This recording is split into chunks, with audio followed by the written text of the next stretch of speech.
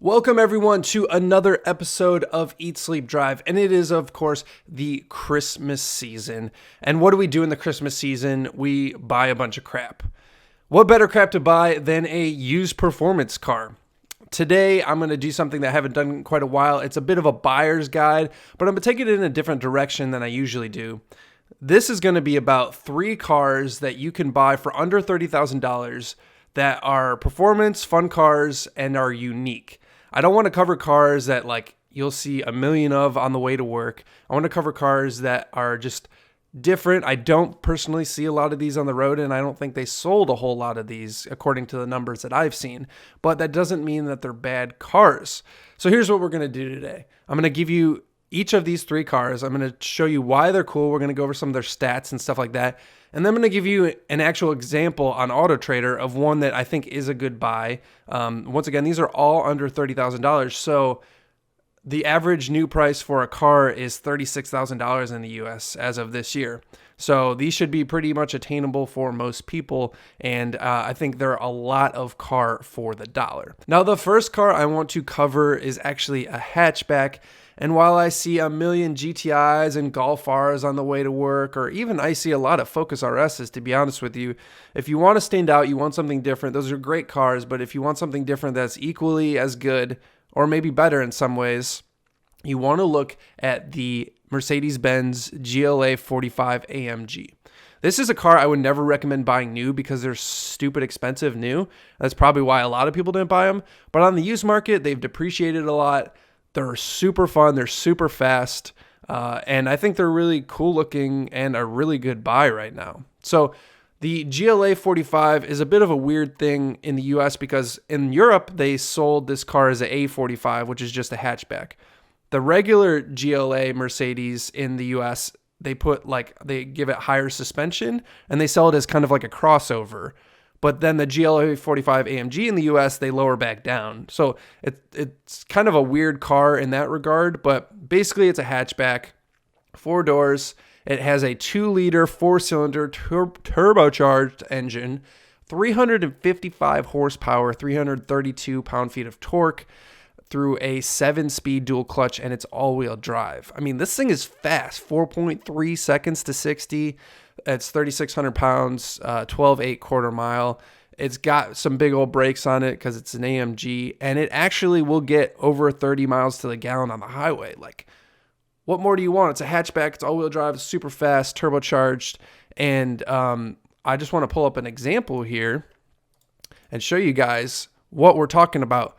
$26,000 for this car. Okay, this one has 50,000 miles on it. It's a 2015. And this is just one example of these cars that you can buy, man. Like it's once again, it's a hatchback, so it's pretty utilitarian. It's got 4 seats, decent amount of room, and I think they look pretty good. And of course, that AMG engine, that 4-cylinder, is quite the powerhouse. As I don't know what happened to my page here, but look, I mean, the interior is pretty nice. These seats are really nice. Look at these seats; those are amazing. 26 grand. That's so much car for 26 grand. And it's relatively new. I think they're relatively reliable. I mean, Mercedes is a lot better than BMW in that category in my mind. So if you want a hatchback, you want to be unique, buy one of these. I've thought about buying one, and I guess I'll share this. I was going to keep a secret, but I kind of wanted to buy one and make it like a rally build.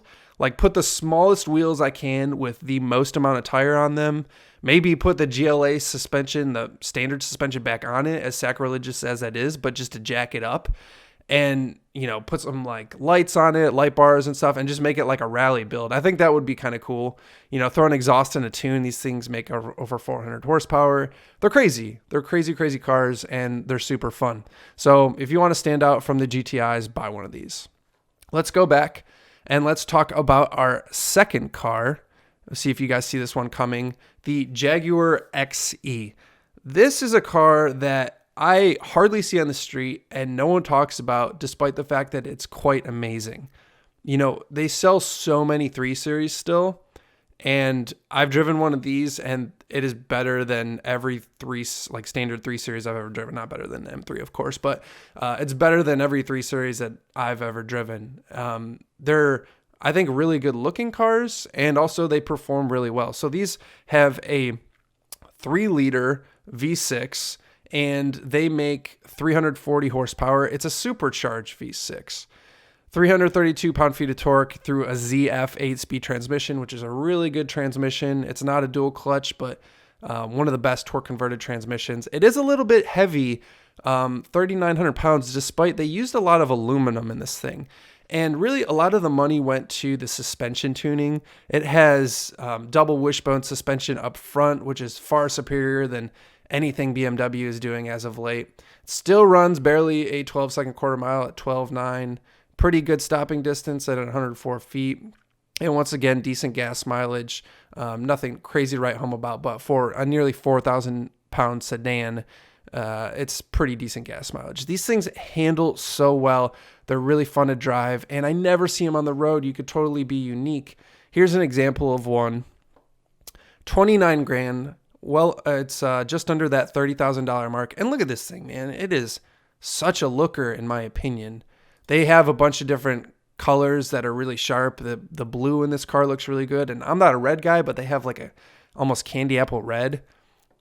This is just a gorgeous car, in my opinion. It doesn't have any bad angles. I love the wheels. And 38,000 miles for this, or 38,000 miles on this car, you get a supercharged 4-cylinder Jaguar for 29 grand. I think they're kind of hard to beat in that segment. No one really talks about these. Like, no one recommends these. Everyone recommends, a Tesla. If you want the EV thing, sure. But for a 3 Series or anything like that, check out these cars. I think they're a really good buy, and something that I've thought about from a daily driver perspective. From my point of view, I would buy it and not even touch it. I don't think they're the best sounding cars with an exhaust.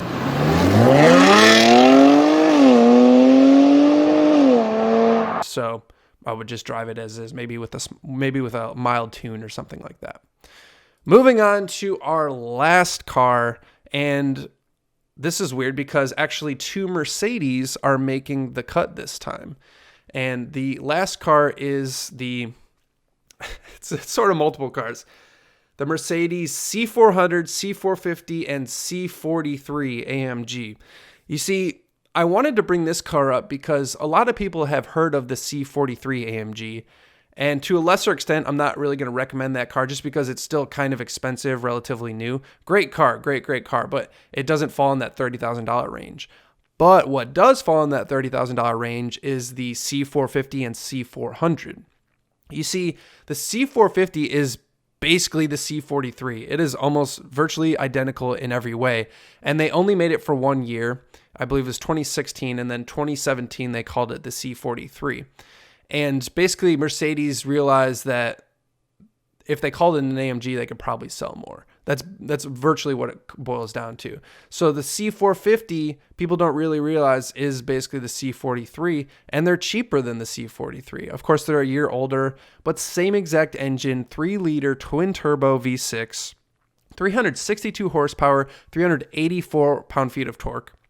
Through a 7-speed transmission. It's not a dual clutch. 3,800 pounds, relatively bigger car, but 4.4 seconds to 60. They're all-wheel drive, and they do handle pretty well. At the super limit, they do understeer a little bit, but 13 seconds flat for the quarter mile, and they get decent gas mileage, upper 20s on the highway and stuff like that. I really like these cars because I really like the way they sound.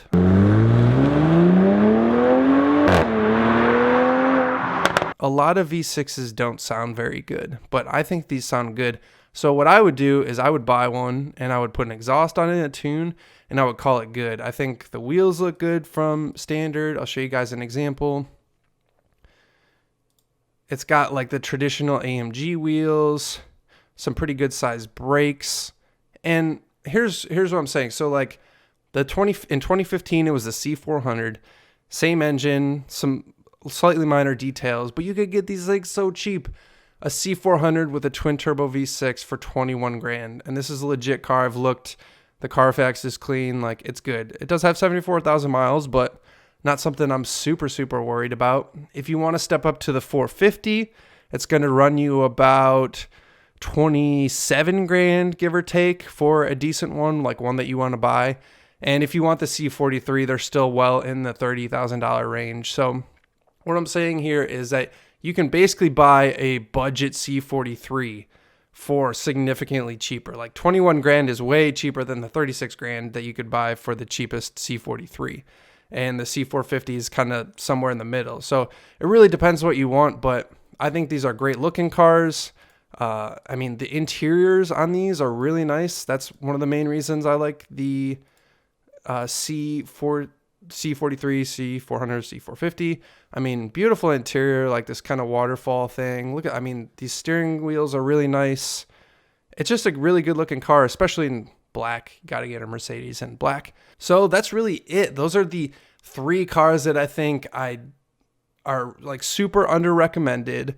I hardly see them on the road, and they're really good buys, all under 30 grand, which is a really reasonable price considering how much these cars cost new and how much you're getting for them. So let me know in the comments below of some cars that you think are unique but are still good and fun and you don't see a lot of on the road. Comment below and let me know, what do you think of my choices? I know 2 Mercedes were in this feature, but the older I get, and honestly, the more Mercedes does, like nowadays, I really like them more than I used to. I used to be a big BMW guy, even Audis in some cases, but Audis have fallen out for me. So have BMWs. Really starting to dig all the AMG cars. So let me know what you guys think in the comments below. I hope you guys have a Merry Christmas next week and Happy Holiday, whatever the hell you celebrate. And going to keep with your regularly scheduled Friday releases. So look forward to a video next Friday. If you want to follow me in between episodes, you could follow me on Instagram, Eat Sleep Drive TV. And I appreciate you guys watching as always. I'll see you in the next one.